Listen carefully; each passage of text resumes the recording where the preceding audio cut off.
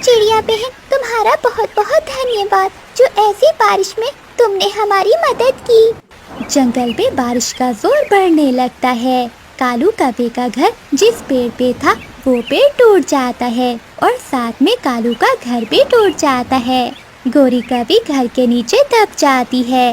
कालू, मुझे यहाँ से निकालो वरना मैं मर जाऊंगी, मुझे बचाओ। गौरी, तुम चिंता ना करो, मैं अभी किसी दूसरे पक्षी को मदद के लिए लेकर आता हूँ।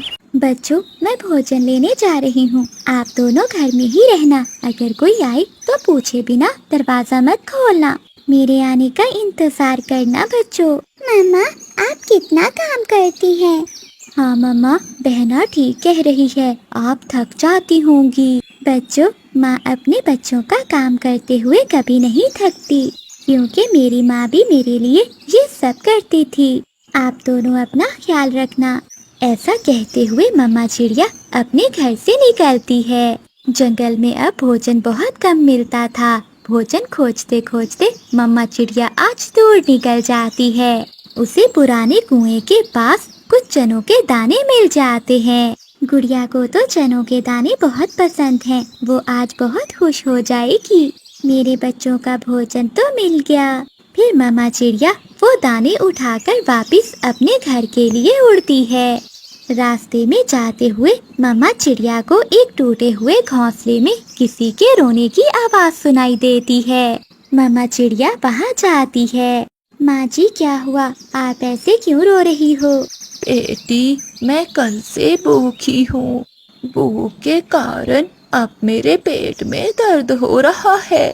क्या माँ जी, आपको भोजन नहीं मिला?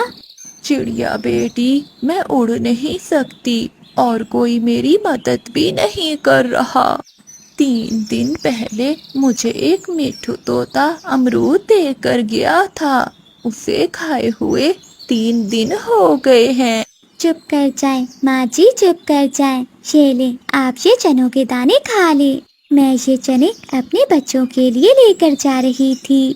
मगर बेटा, तुम्हारे बच्चे क्या खाएंगे? माँ जी, मैं और ढूंढ लूंगी, आप मेरी चिंता ना करें। फिर रानू चिड़िया अपने चने के दाने उस बूढ़ी फाख्ता को देकर वहाँ से चली जाती है। वो फिर से अपने बच्चों के लिए भोजन ढूंढने लगती है। उड़ते उड़ते वो मैदान की ओर चली जाती है। उसे वहाँ एक चावल का पौधा मिलता है। वो तुरंत वहाँ जाती है। गोरी का भी जो वहीं थोड़ी दूर बैठी हुई थी वो भी वहाँ आ जाती है। चिड़िया, चिड़िया, मुझे बहुत जल्दी है, मुझे भोजन लेकर जल्दी अपने घर जाना है। तुम ये चावल मुझे लेकर जाने दो, तुम कहीं से कुछ और ढूंढ लो। गोरी बहन, क्या जल्दी है आपको? सब ठीक तो है ना? अरे, ये तो पीछे ही पड़ गई। अब मैं क्या बताऊं इस चिड़िया को। हाँ चिड़िया, ऐसा है ना कि मेरा जग्गू बहुत बीमार है। मुझे उसके लिए भोजन लेकर फिर दवा लेने भी जाना है। तो गोरी बहन, आप ये चावल लेकर जल्दी से घर जाएं और जाकर अपने बेटे की दवा लेकर आएं। चिड़िया बहुत मासूम थी, इसलिए चिड़िया का हर कोई फायदा उठाता था। फिर रानू चिड़िया वहाँ से चली जाती है। फिर गोरी कभी भी चिड़िया को उल्लू बनाकर वो चावल लेकर वहाँ से चली जाती है। चिड़िया फिर से भोजन की खोज में आगे चली जाती है। चील वहीं से गुजर रही थी। उसके पास ढेर सारा सामान था। वो बहुत सारा सामान उठाए ठीक से उड़ भी नहीं पा रही थी। चिड़िया से ये सब देखकर रहा नहीं जाता। वो बूढ़ी चील से उसका सामान लेकर खुद उठा लेती है और उसे घर छोड़ने चली जाती है। बेटी चिड़िया, तुम्हारा बहुत बहुत धन्यवाद। बूढ़ी जान हूँ, मुझसे ये सामान लेकर उड़ा नहीं जा रहा था। बैठो बेटी, मैं तुम्हें पानी पिलाती हूँ। नहीं बूढ़ी चील जी, मुझे अपने बच्चों के लिए अभी भोजन भी खोजना है।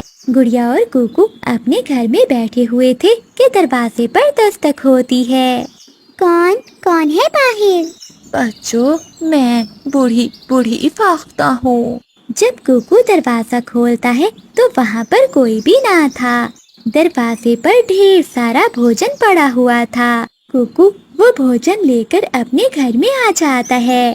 शाम हो गई थी। मामा चिड़िया आज बहुत परेशान थी क्योंकि वो आज अपने बच्चों के लिए भोजन लाने में नाकाम रही थी। वो निराश होकर रोती हुई घर जा रही थी जब उसकी नजर बूढ़ी फाख्ता के घोंसले में बैठे हुए तोते पर जाती है। अरे, ये घोंसला तो बूढ़ी फाख्ता का है। मैं सुबह यहाँ उन्हें भोजन देकर गई थी। नहीं नहीं चिड़िया, मैं तो यहाँ 1 साल से रह रहा हूँ। तो फिर वो बूढ़ी फाख्ता यहाँ कैसे आई? रानो चिड़िया ये सब सोचकर बहुत हैरान थी और वो उसी हैरानी में अपने घर लौट जाती है। घर में ढेर सारा भोजन देखकर मम्मा चिड़िया अपने बच्चों से पूछती है, बच्चों, ये भोजन कहाँ से आया? मम्मा, कोई बूढ़ी फाख्ता थी, दरवाजे पर भोजन रखकर चली गई, तो कुकू भैया भोजन उठाकर अंदर ले आए।